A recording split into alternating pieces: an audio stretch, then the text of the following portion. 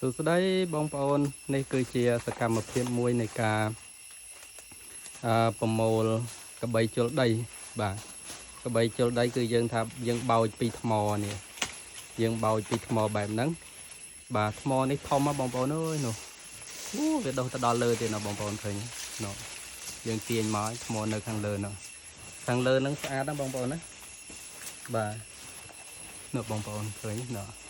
ខាងលើនោះស្អាតមែនតែនបងប្អូនហើយពិសេសផងដែរនេះថ្មនេះបងប្អូនណាអាចនៅក្នុងនឹងបានណាហើយអត់មាននរណាមកដាប់មកចោះទេណាគឺថាវាធម្មជាតិរបស់វាចឹងឯងចឹងយើងអាចពេលមានភ្លៀងមានអីយើងដើរព្រៃឬដាច់យប់អីអត់មានកន្លែងគេងអីយើងអាចចូលគេងនៅនឹងបានណាបងប្អូនណាបាទយើងអាចចូលគេងបាន9-5នាក់អីទៅរៀបជួគ្នាអីបងប្អូនហ្នឹងហើយស្អាតណាបងប្អូនហ្នឹងហើយនេះវាអរិញណែកបីជលដីវាដុះពេញទៅហ្នឹងហើយបងប្អូនមីដេះដាស់ពេញហ្នឹងទាំងដងកាលនោះវាមានកលៀតថ្មមួយដែរបងប្អូនណាបាទ